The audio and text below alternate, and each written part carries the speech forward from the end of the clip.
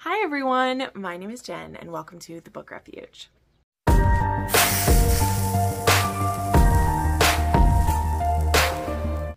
All right, everybody, I have a rec video for you today. Thanks so much for watching. I hope you will subscribe for more recommendation videos for me, from me. This one, I was trying to think of a quick little rec video to do. I'm pre-filming a few things. I'm going to be gone for quite a few days. And I was like, what is a rec video that will just hit right for everyone? Okay. And I thought of one that I recently did a short for, or a reel on Instagram. You know, I have been like trying to do more of those. I've mostly just been sticking to doing quick recommendations because that's the kind of stuff I like. You know, I'm all about the tropes around here. I have recommendation videos for hundreds of trope videos at this point. And yeah, that makes me excited to do. So for this one, I'm doing, as you can probably tell, it's called different things. Spicy lessons, lessons in seduction, sex lessons. It can be all these different things. And I actually have some recommendations that fit all over the gamut. Some of them are straight up like relationship help, but of course there's a sexy element involved in all of them.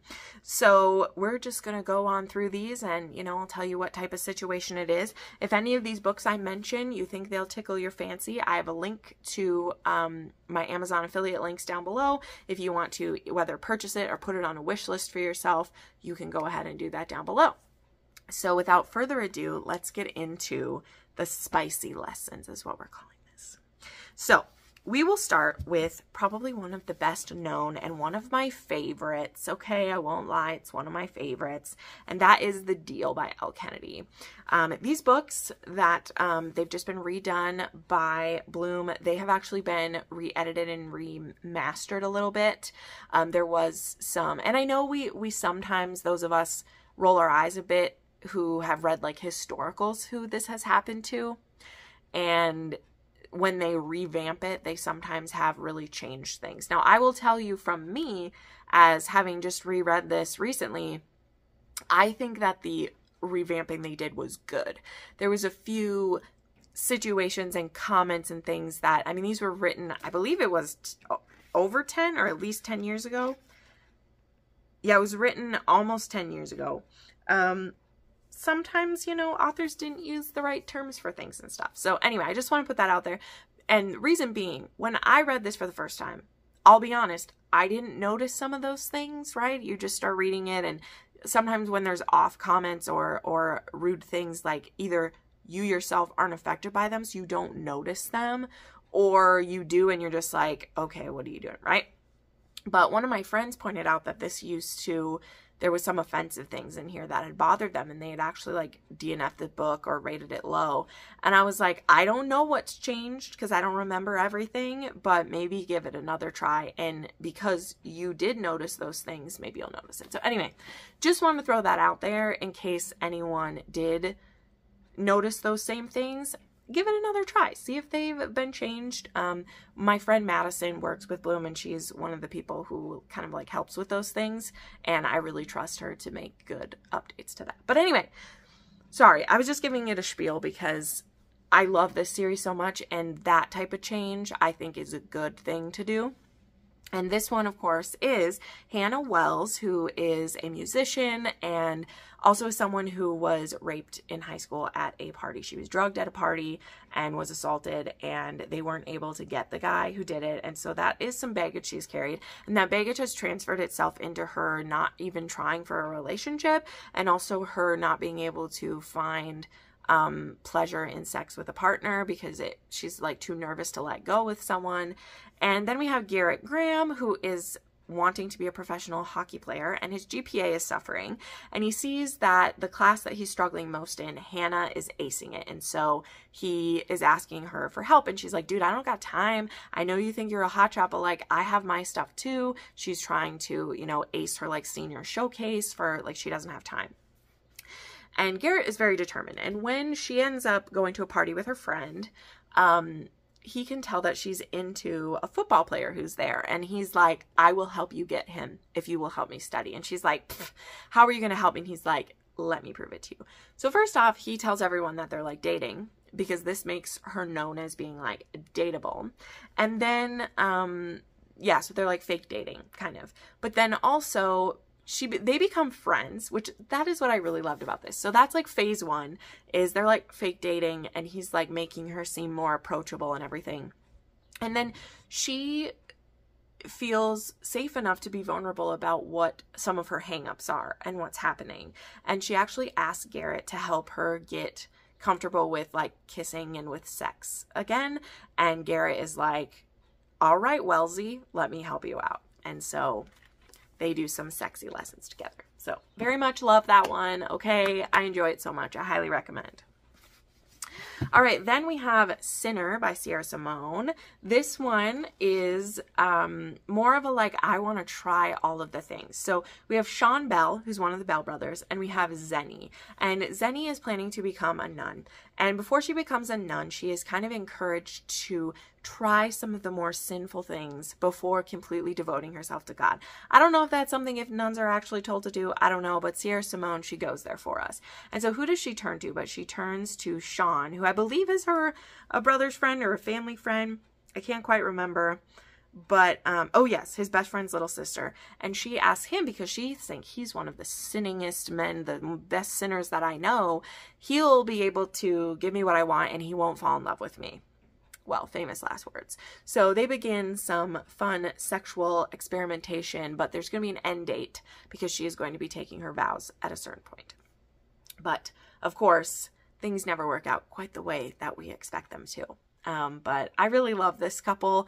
I think that obviously like Priest gets the most attention in the series being the first one, but to me this one was like equally as moving and like emotional as the other ones. So I highly recommend. And there are some Sean notes how to give the spicy lessons. Okay. Whew.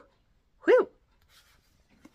All right, then we also have The Good Girl by Nikki Sloan. This one I think is another like brother's friend. That's usually who we turn to apparently for our spicy lessons. But in this one we have, I gotta look at the names because it's been a hot minute. I know that Preston is the man, and then Sydney is the girl. And so what I also love about this is that Preston, he has a bit of a redemption arc he needs to go on, okay? Because he is the idiot boyfriend from the doctor who his ex-girlfriend ends up with his dad. So he's had to get used to that in his life with his ex-girlfriend, you know, going to be his stepmom probably, you know, that's rough. But I appreciate a redemption arc for him. And so he definitely has grown up a lot since he, you know, like almost cheated on his ex-girlfriend, like time has passed. And he gets asked by Sydney, who is his friend's little sister, to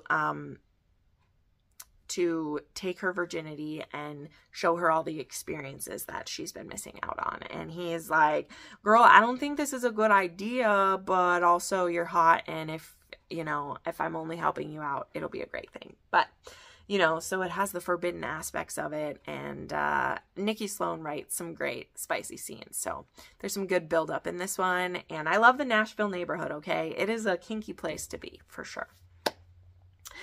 All right, then there is The Kiss Quotient by Helen Huang. And we actually have kind of two books that fit into this category right here where they're hiring an escort. So I have two that are actually women who have hired like male escorts. So in this one we have Stella, and she is a math brain. She is probably like, she's on the spectrum a little bit as well.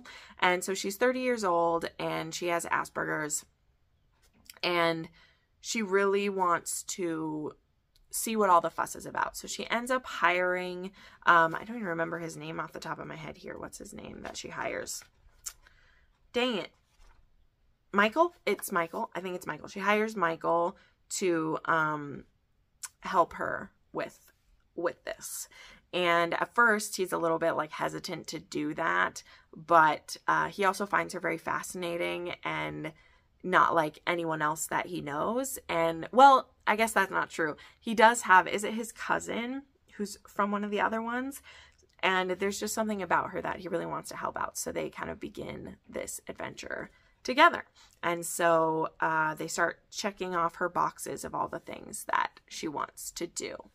So yeah, I love I really should reread this book for sure. I love this cover. I wish they had done covers of all of these ones, but they didn't, sadly. It didn't happen. But yeah, really, really like this one. And then probably my favorite male escort romance is, of course, Escorted by Claire Kent. And this one is a virgin author who I believe she's 30 and she writes erotic romance and she's never actually had sex before. And so she gets referred to our hero, who now I can't remember his name. Let me look it up. I'm bad with remembering names. Ander. She gets referred to Ander, who is a male escort, and has said, you know, I want you to take my virginity and help me get good at sex so that when I'm ready to pursue a real relationship, I'll have done it before and it won't, you know, I won't have that awkwardness. But the problem is, of course, that she makes this end up being like a weekly thing, seeing him. And I mean, don't we wish we had all the money to be able to do that, right? She makes this a pattern of seeing him and, of course, starts to not be able to separate sex from love. And this one is also very interesting because she has, you know, really good feelings towards him, of course, but it's that thing of like, I'm paying him to do this. So does he really even want to be here? What does he actually feel about me for it? You know, it's very much, there are a lot of complex things that go along with it when you're paying someone for sex, right? And can there ever be anything more between you when that is how it started? So, yeah. But I love this. You know, Claire Kent is someone I always love to recommend. This is one of her older books as Claire Kent. And I love how she writes such honest physical intimacy. It's so different than what we read in other books. Like, there are awkward moments and bodily functions that are strange. And I just think that that is so unique to what we're used to reading. And I love it so much. Woo! And there definitely are spicy lessons and him teaching her about her body and things she didn't know could happen. And it's just wonderful. I love it so much. All right, then we have a couple historicals. So we have The Lady Gets Lucky by Joanna Shupe. And this one is Kit and Alice. And Alice is tired of being overlooked. And so I believe there's a house party that's happening. It's been a long time since I read this one. I'm sorry. But, I mean, look at that cover. Stunner. And Kit is like the biggest womanizer that she knows. And so she asks him to trade. What else does he like to trade? I forget what he gets out of it besides being sexy. But they do bedroom instructions together and he's teaching her sexy things. I believe she's the chef, right? But yeah, a first-rate scoundrel, a desperate wallflower, and lessons in seduction. So there we go. I know a lot of people love, love, love this one. I mean, for me, Joanna Shupe got better with each book that I read by her. My favorite one being The Duke Gets Even. And now, like, there hasn't been a historical out from her since then. She's been writing her, like, mafia titles under Mila Finelli. And I hope she gets to write historical again. But this one in the Fifth Avenue Rebels definitely fits the bill for spicy lessons. So definitely recommend that. Then there is, I should have shared this one just before because this one also technically has a male, like, sex worker. But I wanted to throw in one that was, like, very different from the others. And so I'm actually putting The Homewrecker in this category, okay? This is a MMF. It starts with a married couple who's having some problems. And then we have Dean, who actually moves into their guest house because he needs a place to stay. And there is some, like, animosity between Dean and Caleb. And it leads to a bet between Dean and Caleb that Dean would be able to seduce his wife. But the thing is, he isn't just trying to seduce the wife eventually. He is trying to seduce Caleb as well. And once this all gets out, like, once everyone knows what's happening, Dean offers to help them because their communication has broken down. Like, they're afraid of hurting the other person. They're afraid the other person doesn't feel the same way as they do. And so Dean becomes kind of literally like the glue for them to help them through this. And I really appreciated that. So it's not like full-on spicy lessons, but there are some scenes where he's teaching them how to communicate this way. And he discovers that, I think Blair is the wife. Is it Blair or Blake? No, I can't remember her name. Yeah, Briar. See, I always want to call her Blair. Briar is submissive, and, you know, Caleb has never really, like, noticed that. And Caleb is definitely very dominant, and they just hadn't, like, noticed this about each other. And Dean, who is well-versed in these things, is like, y'all are missing out on a big part that could be your relationship. So, like I said, I thought I'd squeeze this one into Lessons in Seduction just for a different take on it.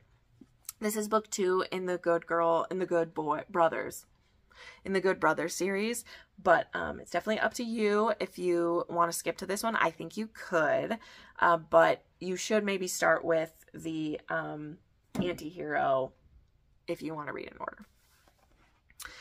Okay, just a couple others here. We have Blindsided by Amy Dawes. This one is a friends to lovers.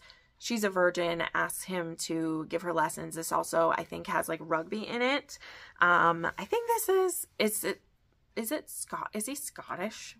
I can't remember where they are, but they're friends. It's also a plus size heroine, and he agrees to teach her things. And so they become like friends with benefits, which of course is going to become more very quickly, because how are you going to keep your hands off each other once you pop the cork on that?